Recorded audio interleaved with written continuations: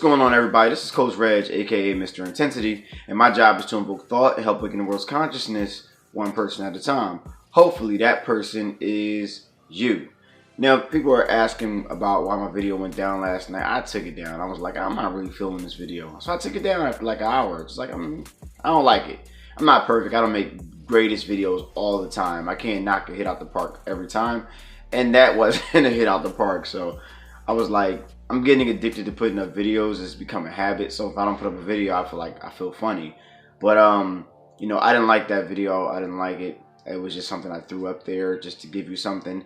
But I wasn't feeling it, so I just took it down. So that's what happened to the video. This video leads me to this month of what I talked about. I'm going to talk about a lot of things that I went through around this time that I developed to become, you know, who I'm becoming now and what made me change. Through this time, around this time, I was going through a lot, and it left me to a point where I had to learn how to control my thoughts and learn how to control, you know, my actions, because when I was going through that stuff, you know, with the people that I was dealing with at the time, a lot was being said about me, and a lot of it wasn't true, and I didn't know how to deal with it. Also, people didn't realize how much I was even sacrificing to do business, you know what I mean? Like for real, like I had to feed a family, and people didn't realize it. And it's cool because when you become a figure or anything, people don't even think you're human. They just think that you can just go through whatever. They can talk shit about you and you'll just bounce back like it's nothing. It is what it is. At the time, I didn't realize this stuff, and I had to learn how to control my thoughts. I had to learn how to control my behavior. I had to learn how to take over my spirit, you know what I mean, and control it. And I had to start to exercise and do certain exercises that would help out with it. Now, at this point, around this same time last year, I was really basically not having any clients to train. It was like everybody just did me dirty. At the time, I was training all women. And at the time, you know, it was a woman that, you know, or a group of women that had badmouthed me, and people like women stick together. So I was just like, I just had nobody, you know what I mean? No clients. Everybody just dipped off of me and just, you know, took their words for what it was. And nobody even asked me, was it true? Something about the black community, we always like, if somebody's doing good and then you find somebody, you know, something happened with that person, they'll just like jump down your throat and just try to just go hard at you. And that's what happened. Now at this point, I had to figure out how to make ends meet, because I had to learn I had to feed my family. Obviously, I'm a man. I'm not going to sit around the house and complain. I got to feed these boys. You know what I mean? And being that, you know, I had to make the money, I had to say, okay, am I going to sit here and try to find new clients, or am I going to really try to get a job? I have to get a job, like a job. And at the time, I hadn't had a job in like 2 years because I was doing a fitness thing and it was going well.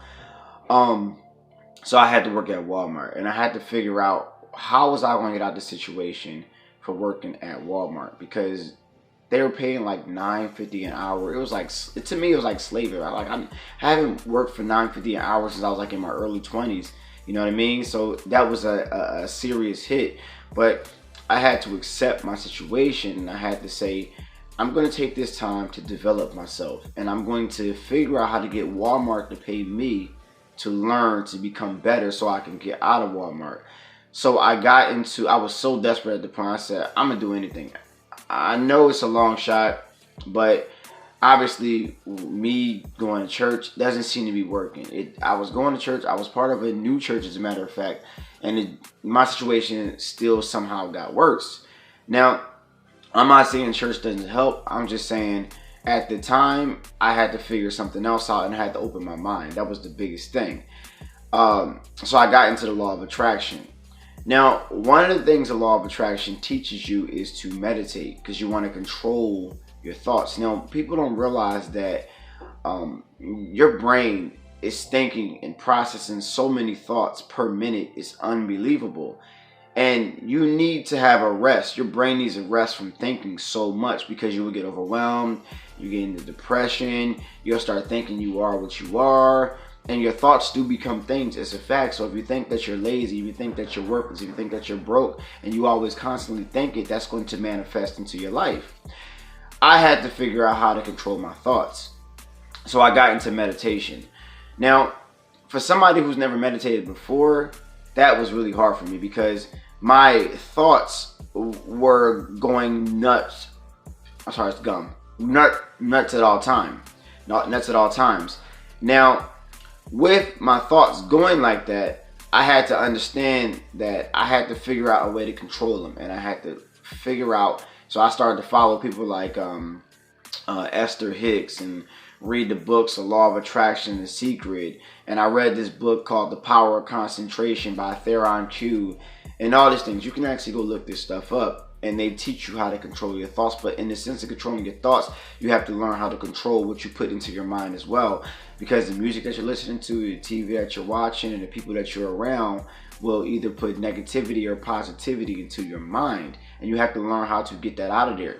Now, I'll get into my other videos of why I wanted to control my subconscious, because this stuff, what you put into your mind, also controls your subconscious. And if you haven't heard, your subconscious is 95% of your life. You know, what you think and what you can't control controls your life. You know what I mean? It's your conscious and your subconscious. When you dream, that's your subconscious. When you're awake, that's your conscious. You know what I mean? And I had to learn how to control, you know, my subconscious through meditation. So I started to do meditation. It was very hard. They say you must sit there and you must listen to your breathing, and just only do that. Listen to your breathing. So I had to sit there,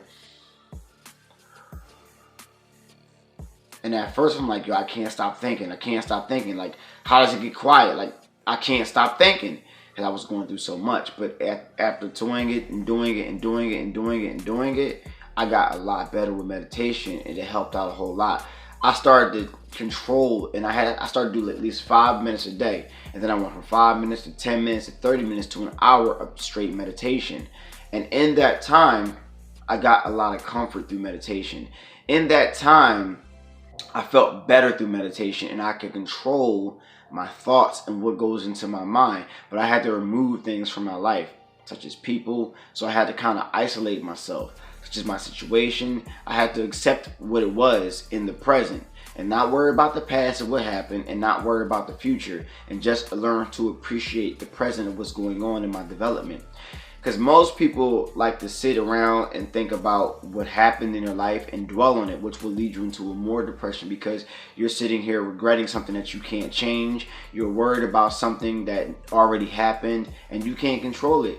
You know, but on the other side of things, you're also thinking about the future and what you're going to be, or what's going to happen, or how this is going to happen, because that's your analytical mind, you know, your left side of your brain, trying to figure out how you're going to make ends meet, or how you're going to make it happen. Nobody sits here in the present, and the meditation helps you sit there in the present. It helps you appreciate what's going on right now at this very time. So I had to do that, and then when I got good at meditation, I got into something called mindful meditation. And mindful meditation is when you're meditating while you're awake. Like, you're literally driving your car and you're just appreciating everything. You're appreciating the trees, and you're like just looking around. Like, and exercise was like, imagine that you're somebody from another planet and you're coming on Earth, and you're actually seeing everything for the first time. That's one of the exercises that I use, and that's a lot of them that I'm teaching my third eye program, but I'm gonna give you some here. There's a lot of them that I went through in my exercises that helped me develop myself, as far as controlling my subconscious and controlling my thoughts, and then it led to lucid dreaming and all that stuff, where I could literally control it. Because as you learn how to control your subconscious, you'll learn how to control your subconscious while you're asleep as well, which is lucid dreaming, which I got really good at. You know, flying in my dreams. And then I learned how to control my dreams, and I understood that when you can control your dreams, you can actually control your reality today, because that's pretty much what your dreams are. It's pretty much your reality in the same sense. Like, which one is a dream? Which one is a reality? I started to get confused. Like, oh my God, I can control my dreams. If I can control my dreams as well, I can control my reality. You know, so I started to control my reality and manifest things, and just understand that this is the process that I must go through for my imminent greatness. If I want to be great, this is part of this story, and I had to accept it for what it was. So as I was working at Walmart 11 to 7 overnight, they allowed me to wear my headphones. And every single night, with my headphones on, I learned something new, and I did mindful meditation, to the sense that I wasn't even in Walmart. I wasn't even there. to me, it was just a minor step back for a major comeback. And this, I had to go through this. So in my mind, Walmart was actually paying me to learn and develop myself to become what I am today and what I'm becoming tomorrow and the next day. But I can worry about today, and that's what I do. I worry about today. I take it one day at a time. One of the biggest advice that I give my people who start my programs is I say, be patient with yourself and be patient with the process of growth, because everybody wants it right now, or everybody's dwelling on what happened. Don't dwell on what happened, and don't worry about the future. Know that you have a goal, know that you're going to do something, and just move towards it, understanding that I don't care how long it's going to take, it's going to happen. Everybody dwells in one and says that, you know, how long is it going to take? It takes as long as it's supposed to take. I don't know your journey, I don't know your process. If somebody would have told me I had to work at, you know, Walmart, you know, for 2 months, and then work at Amazon for 3 months, working 12-hour shifts, and then my YouTube would get great, you know, after I started YouTube again on January 1st, after taking 3 months off and went through depression after depression after depression, because I struggled with that. If somebody would have told me that, the way it would have happened, I wouldn't have believed how it would happen. But once I accepted the process of growth and I started to speak, you know, it into my life and say, I'm this, and start moving towards it with rapid action, that's when everything started to change. I'm telling y'all right now, I was at like 20 subscribers on January 1st. After I made that first video in my truth, that's when everything changed. And now, you know, 9 months later, I'm at 31,000 subscribers. Now, I looked at YouTube, and a lot of people that I was following at that point that I was learning from still aren't at the subscribers that I'm at. So you got to understand how fast that happened when you start to manifest things into your life. But you must control your thoughts. You must govern your spirit. You must bring it back out of you, because a lot of y'all are living in the material being. You have to start to live in the spiritual being, because I don't care what nobody says. I don't care what you believe in. When it comes down to it, you do have a spirit. You have more than one body. Let me tell you how I know. Because when you go to a funeral and you look in that casket, that's a body.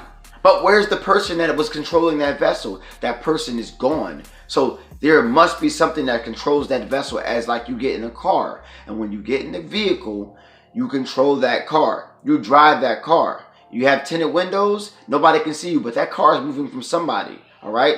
This is your tinted window. This physical is your tinted window. Nobody can see that spirit, but what makes you you is that spirit. And once you die, that goes. So you have more than one body. You must start to control that body and start to take care of yourself and start to feed that body. And I got into the pineal gland and all that stuff after that. But I started with the meditation because I was so desperate to change my life. I was going to do anything to do it. So I got into law of attraction. I learned how to meditate, and it wasn't easy at first. It took me time to learn how to meditate, to the point where I'm sitting here, I'm like, oh my God, I'm getting frustrated. Man, I gotta do this. Okay. Then I kept on doing it. I stuck at it because I was so desperate at the point to change my life. I was willing to do anything. You know what I mean? Just like my man Eric Thomas said, you know, when you want to succeed as bad as you want to breathe, then you will be successful. At the point, I was not going to accept failure again. I was not going to go on welfare again. I wasn't going to do it again. I just started the company on welfare 2 years before that, and I was about to go to a plummet. So I was like, this has to happen.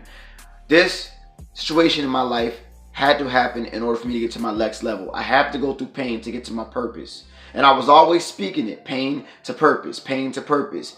All this stuff, your thoughts become things, manifest. I was already talking about the brain, but I didn't realize it was about to happen in my life. So I need y'all to understand, if you struggle with depression, if you struggle with hope, start to meditate and control your thoughts. Control what you put into your mind. Control what you put into your body. Control who you hang around. Control what you listen to. Because music is one of the biggest things that bypasses your frontal lobe and controls right to your subconscious. And judging by the music that I see people listening to nowadays, that shit is terrible. It's terrible for y'all, all right?